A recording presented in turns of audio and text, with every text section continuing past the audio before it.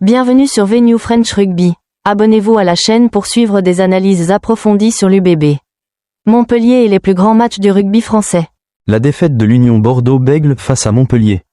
Dans le sport de haut niveau, certains matchs ne sont pas mémorisés uniquement pour le score final, mais pour les émotions, les ruptures et les questions qu'ils laissent après le coup de sifflet final. La défaite de l'Union Bordeaux-Bègles, UBB, face à Montpellier sur le score de 21-23 en fait partie, une défaite pas très lourde sur le plan comptable, mais particulièrement marquante sur le plan mental.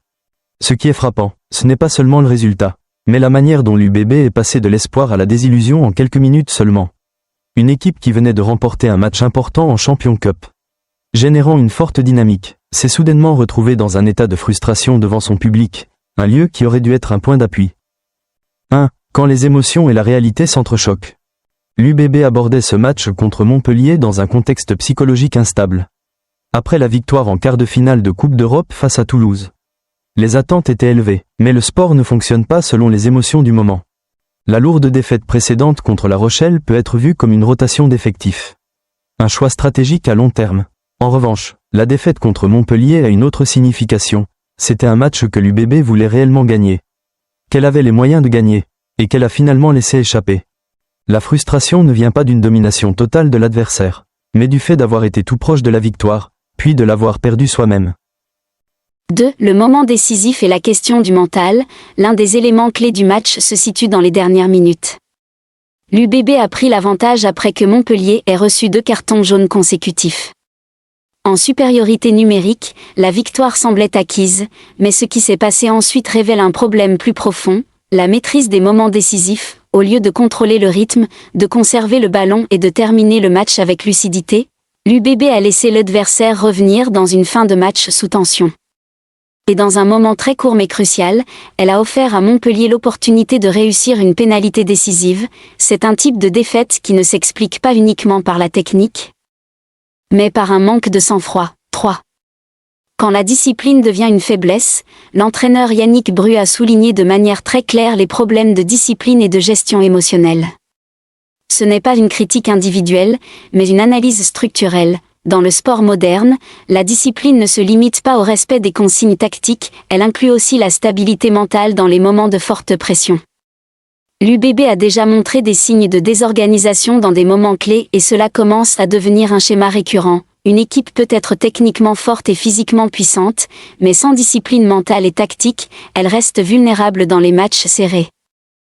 4. La leçon des 27 minutes réelles. Un point intéressant est l'idée que l'UBB n'a réellement bien joué que pendant une courte période du match. Cela pose une question essentielle, comment 27 minutes peuvent-elles définir un match de 80 minutes, au plus haut niveau? La performance ne repose pas sur des séquences brillantes, mais sur la capacité à maintenir un niveau constant. Une équipe ambitieuse ne peut pas seulement être bonne par moment, elle doit contrôler l'ensemble du match. L'UBB a un problème de continuité dans l'effort et la concentration a un point crucial à corriger pour franchir un cap. 5. Analyse tactique, une adaptation encore insuffisante.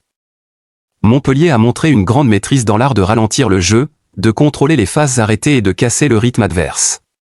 Une équipe peu spectaculaire, mais très efficace, l'UBB, à l'inverse, semble encore en phase d'adaptation. Elle cherche à être plus flexible et plus puissante physiquement, mais elle n'a pas encore trouvé de solution stable face aux équipes qui jouent sur la rupture du rythme. Cela souligne une réalité importante, on ne peut pas toujours imposer son style de jeu. Parfois, savoir empêcher l'adversaire de jouer est tout aussi crucial. 6. Impact psychologique de la défaite. Cette défaite ne pèse pas seulement sur le classement, mais aussi sur le mental de l'équipe. Le recul à la 5e place et le resserrement du classement augmentent la pression pour la fin de saison. Avec une demi-finale de Coupe d'Europe à venir, l'aspect mental devient central. La récupération physique est rapide, mais la reconstruction de la confiance après une défaite cruelle demande du temps et de la stabilité interne. Quelques enseignements pour la vie quotidienne. 1. Une opportunité ne suffit pas, il faut savoir la conclure. Être proche du succès ne signifie pas réussir. 2. Le contrôle des émotions est aussi important que les compétences. Dans les moments de pression, celui qui reste calme prend souvent l'avantage. 3. La régularité est plus importante que les éclairs de performance. Briller ponctuellement ne suffit pas sans constance. 4. La défaite ne vient pas toujours de l'adversaire. Elle peut aussi venir d'un manque de discipline et de concentration. Les supporters ont tendance à juger les résultats de manière binaire, victoire ou défaite, réussite ou échec total. Mais le sport professionnel est bien plus complexe. Ce match montre une équipe en progression, mais encore incomplète. Le soutien réel se mesure surtout dans les moments difficiles, pas uniquement dans les victoires. D'un point de vue plus large, cette rencontre illustre une réalité du sport moderne, l'écart entre le talent et le mental. Une équipe peut être talentueuse, mais sans culture de discipline, sans maîtrise des moments clés et sans véritable mental de gagnant, elle rencontrera des difficultés dans les grands rendez-vous. La communauté sportive entraîneurs, jeunes joueurs, supporters peut retenir une chose essentielle. Progresser, ce n'est pas seulement avancer, c'est aussi apprendre à ne pas se perdre dans les moments décisifs. La défaite contre Montpellier n'est pas une fin pour l'UBB, mais un rappel. Dans le sport, certaines défaites valent parfois plus que des victoires. Car elles obligent à une remise en question profonde. Pour l'UBB, le problème n'est pas seulement tactique, mais aussi mental, constance, discipline et maîtrise des détails.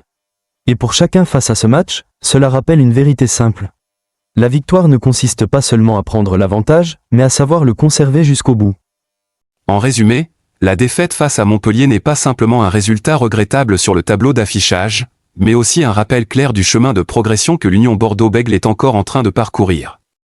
Dans un match où ils ont eu, à certains moments, l'avantage et se sont même retrouvés très proches de la victoire, le fait de laisser échapper cette opportunité dans les dernières minutes montre que l'équipe n'a pas encore atteint la maturité nécessaire pour conclure les rencontres serrées comme le ferait un grand prétendant. En y regardant de plus près, cette défaite ne provient pas d'un écart de niveau trop important, mais plutôt de détails minimes mais décisifs, la gestion du rythme, la lucidité dans les situations de pression, et la capacité à maintenir la concentration pendant les 80 minutes de jeu. Lorsque ces éléments ne sont pas maîtrisés, tout avantage, qu'il s'agisse d'une supériorité numérique ou d'un score favorable, peut rapidement devenir fragile.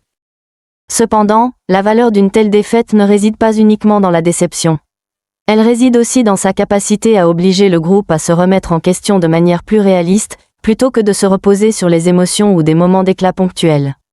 Pour l'UBB, cela peut être considéré comme un test de caractère, où l'équipe comprend que pour franchir un nouveau cap, la technique et le physique ne suffisent pas, il faut également de la stabilité mentale et de la discipline dans chaque petite décision. D'un point de vue positif, les défaites serrées ont souvent une valeur d'orientation bien plus grande que des victoires faciles. Elles mettent en lumière avec précision les axes d'amélioration sans être masquées par le résultat. Si elles sont bien exploitées, elles peuvent devenir un tournant permettant à l'équipe de se renforcer dans la suite de la saison. Enfin, ce match laisse un message assez clair. Dans le sport de haut niveau, la différence entre la victoire et la défaite ne réside pas toujours dans la force globale, mais dans la capacité à maintenir la concentration et le sang-froid dans les moments décisifs. Pour l'UBB, le chemin est encore long, et ce sont précisément ce type de défaites qui peuvent constituer une base de progression, à condition de transformer les regrets en motivation plutôt qu'en pression. Venue French Rugby vous remercie de votre soutien. N'oubliez pas de vous abonner pour recevoir chaque semaine des analyses du rugby français et de l'UBB. À bientôt.